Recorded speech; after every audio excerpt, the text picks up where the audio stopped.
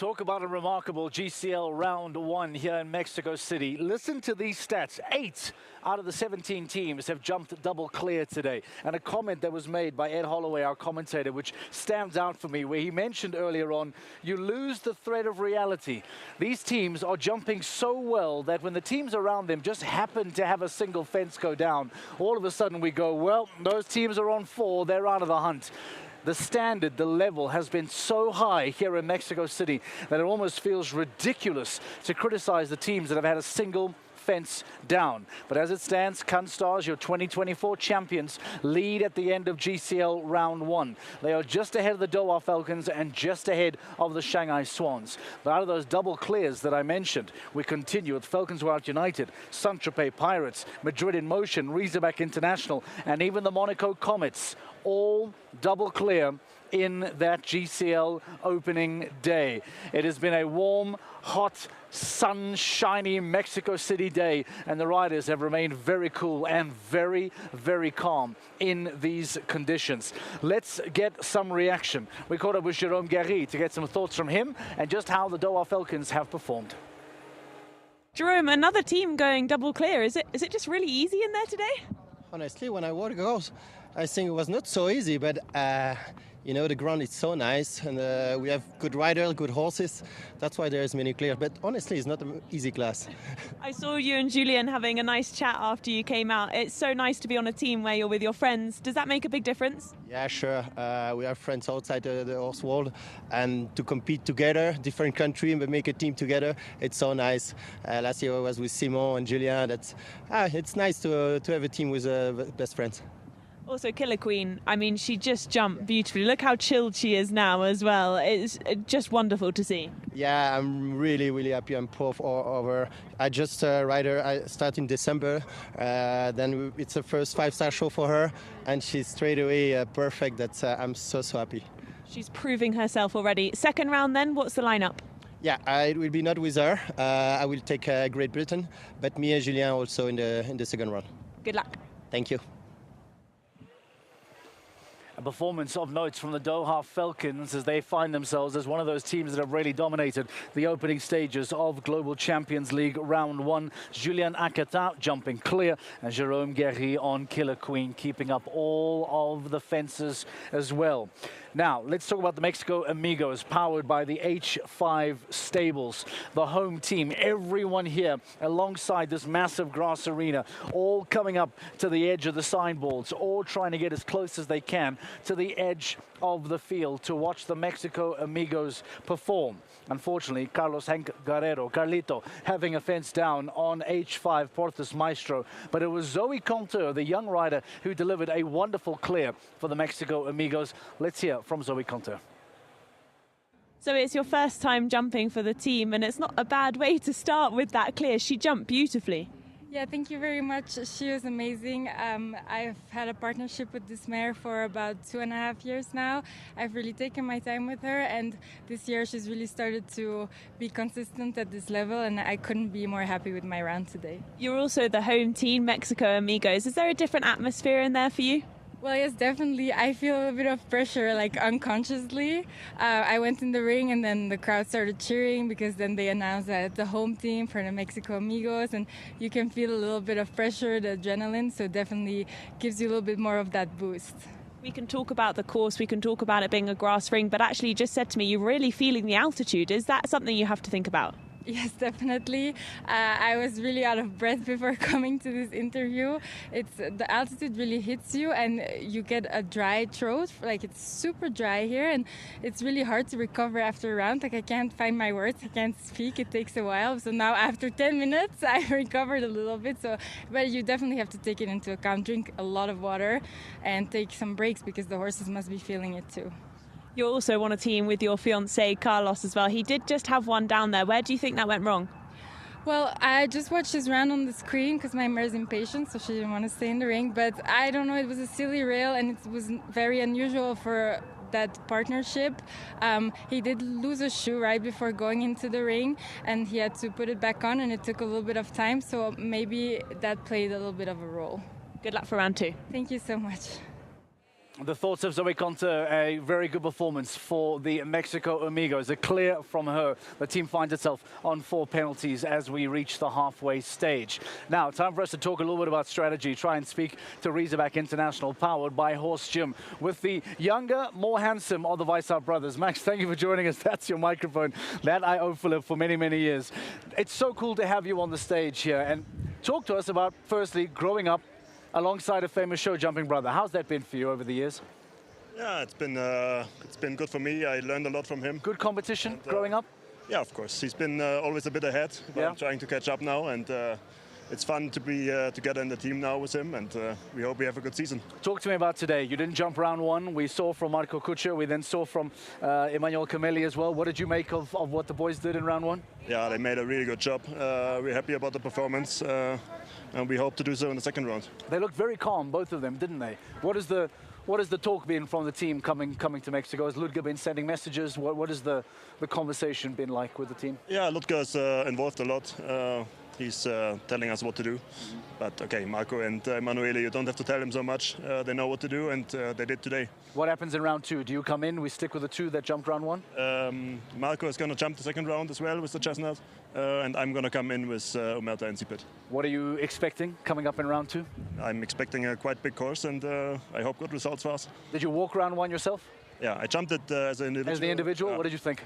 Yeah, it was big enough. I was surprised there were so many clear rounds. But yeah, it was good sport. What is it, 8 out of 17 jumped clear from what you walked and what you jumped as an individual? Does 8 out of 17 sound very high to you? Yeah, I didn't expect that many clears, but okay, the horses jump amazing here. It's super ground, nice course, so the horses just jumped good. We saw a good sport. Talk to me about what comes up in round 2 now. You've given us the lineup. We've seen 8 out of the 17 go double clear. The Iron Dames teams, the Comets and the Canstars are once again in the conversation. A lot of teams have really jumped very well. How do you then challenge that, knowing that there are so many teams that are jumping really well? What do you need to do that makes the difference? There's not so much to do. We try to do our best, try to jump another two clear rounds, and try to be as fast as possible, because I think it's going to be a few with clear rounds. Talk to me about the rest of the season as well, Max. What has Ludger been talking about? How far ahead have you planned? We have Shanghai coming up as the next stage in a couple of weeks' time. Has the planning gone to Shanghai already? Has it gone beyond Shanghai? What is the conversation like? Yeah, we planned for Shanghai. It's going to be me and my brother, hopefully. We're going to be there. And the rest of the season we will see a little bit. Will that be the first time ever that you and Philip at that level have competed alongside one another? For sure, first time in a global tour. Yeah. We did a few 5-stars together already, but it's the first time in a global as a team, and it's going to be fun, I think. What does that mean for the family? I'd love to find out. What happens then on a Sunday night, a Monday morning, when everyone gets back home to Riesenbeck, everyone gets back? What does that mean for the family to be so proud of you two, seeing you guys compete? Yeah, of course. It's really special to get 2 brothers in the team. Now the first time together, really together in the team in Shanghai, is going to be special for us and for the whole family. Well, we're very happy to have you on the tour this year. We are very happy to have you in a debut in the studio. So Max, lovely to meet you. Thank you very much. Best of luck for round 2. And hopefully a good performance for Riesenbeck International. You can wait right over there for me, Max. Thank you.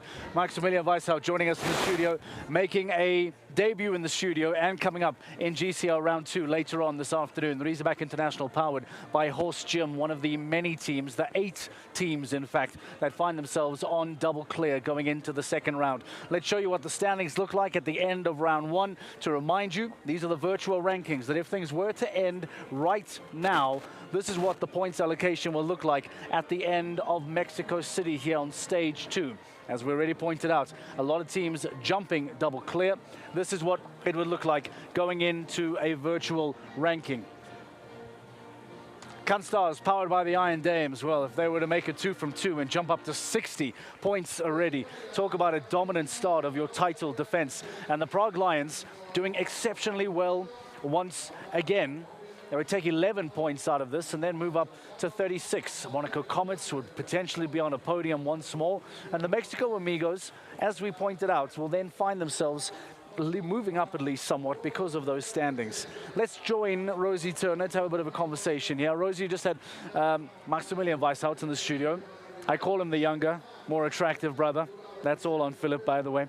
I can't comment. I cannot imagine what it must be like for the Weishaupt family to to have someone like Philip, who's dominated world show jumping for a while now and has been such a stable for the Luger Beardbaum stable. He's been there for 20 years. His younger brother has been there as well, developing. I mean, we often joke about family businesses here and see sometimes there's some, sibling rivalry, but to have you both on the same GCL team, not on the same weekend, but maybe, as he says, in Shanghai, they might actually jump together. How incredible would that be? Well, also probably nice that they might see each other once in a while, because I doubt they do. The life for show jumpers, it's every weekend at a different show.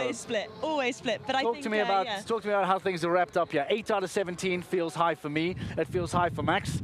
It doesn't feel like we would have expected 8 out of 17 based on where we walked in round 1. Well, Jerome said to me exactly that. I said, what's going on? Is it just easy in there today? And he said, absolutely not. When I walked it, I really didn't think anyone would go clear, so he was definitely surprised as well. And I have to say they've turned it around from the last stage in Doha. What an amazing start for them.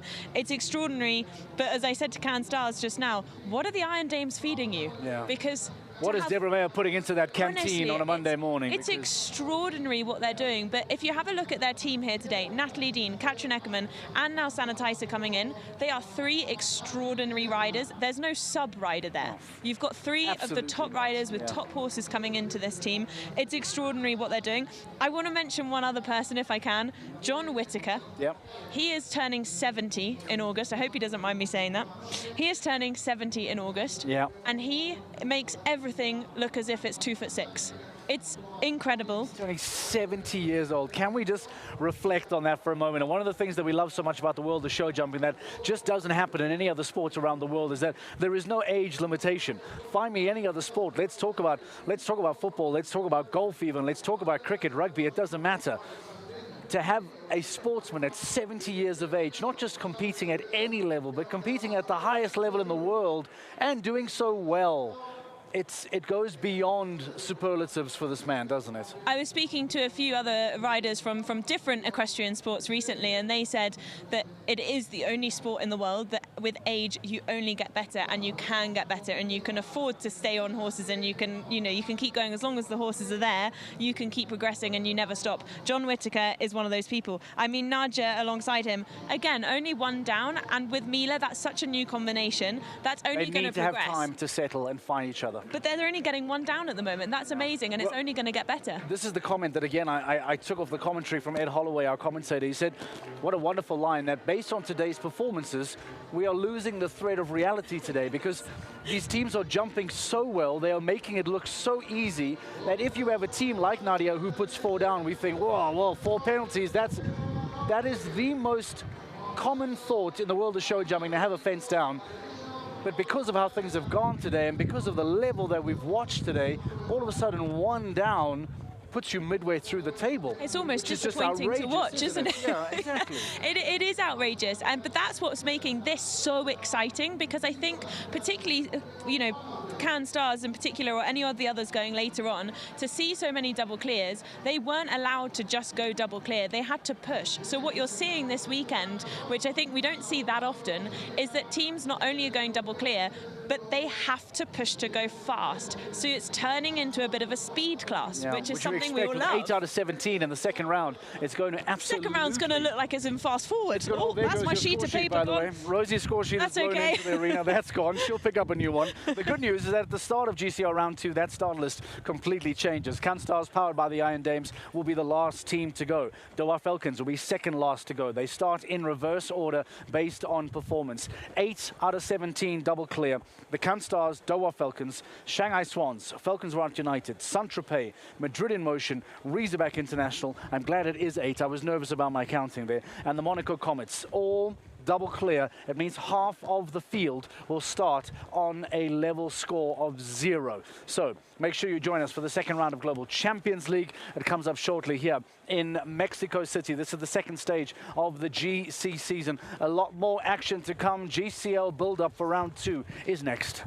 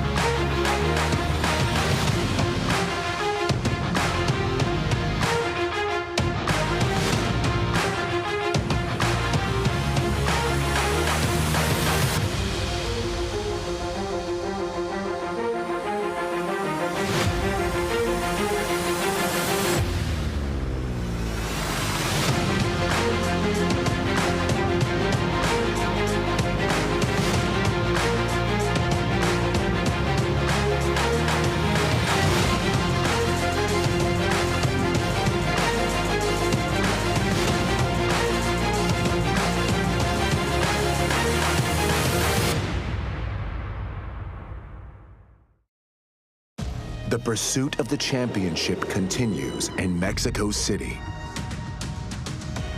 A destination that pulses with energy and life.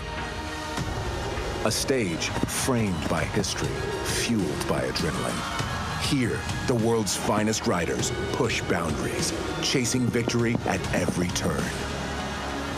Join the Longines Global Champions Tour of Mexico City from the 27th to the 30th of March.